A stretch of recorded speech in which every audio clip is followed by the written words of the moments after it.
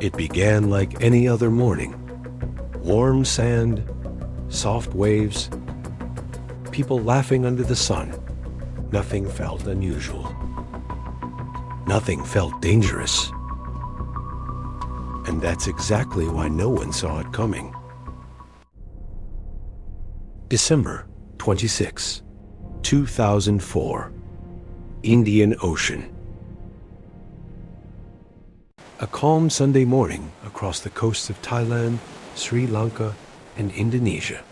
Tourists walked along the beaches, some holding coffee, others watching the horizon.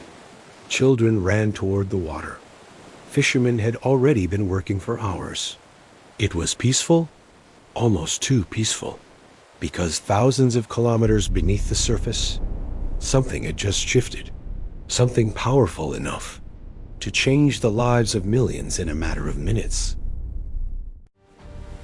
What no one understood that morning was that the ocean itself had moved. The seafloor had risen violently, displacing massive volumes of water, and once that process began, it could not be stopped. By the end of this video, you will understand how a single movement beneath the ocean led to one of the deadliest disasters in human history, why no warning reached the people who needed it most, and how decisions made years before turned a natural event into a global tragedy.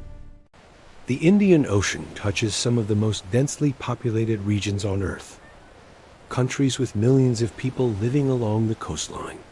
Places where luxury resorts exist just kilometers away from communities living in poverty.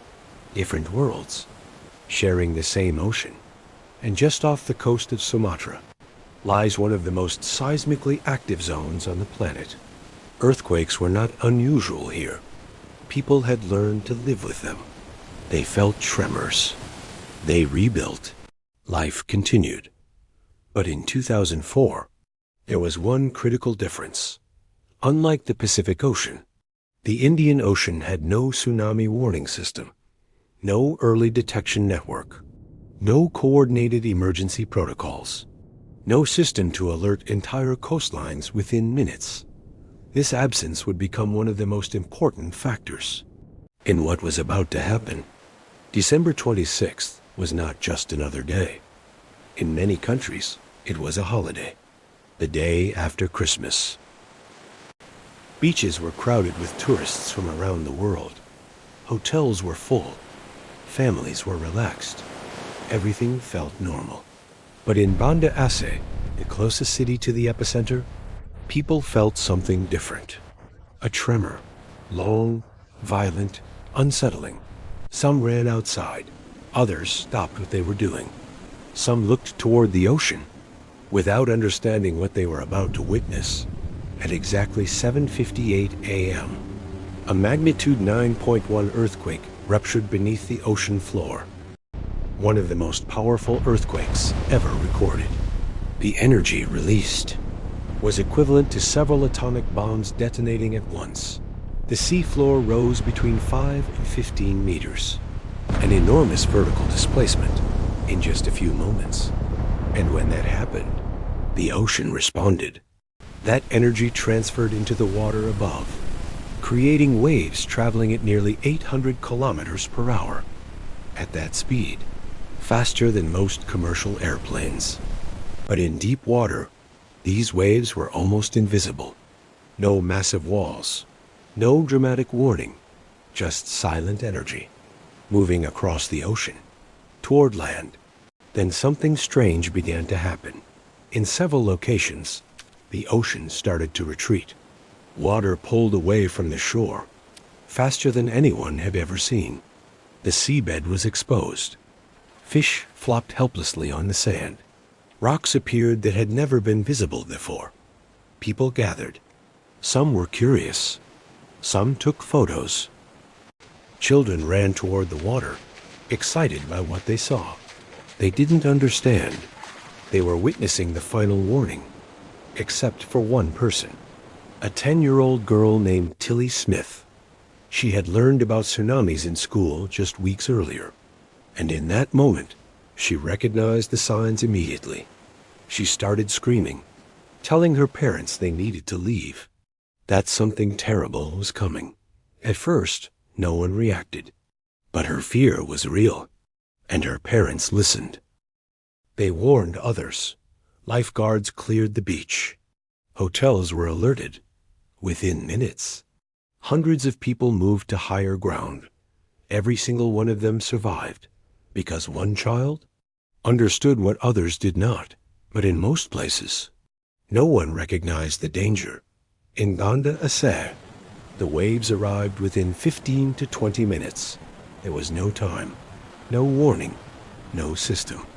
Waves reaching up to 30 meters in height crashed into the city, but they didn't behave like normal waves. They didn't rise and fall. They surged forward, like a moving wall of destruction. Water filled the streets instantly. Cars were lifted. Buildings collapsed. Trees were ripped from the ground. People were swept away within seconds. The sound was not like the ocean.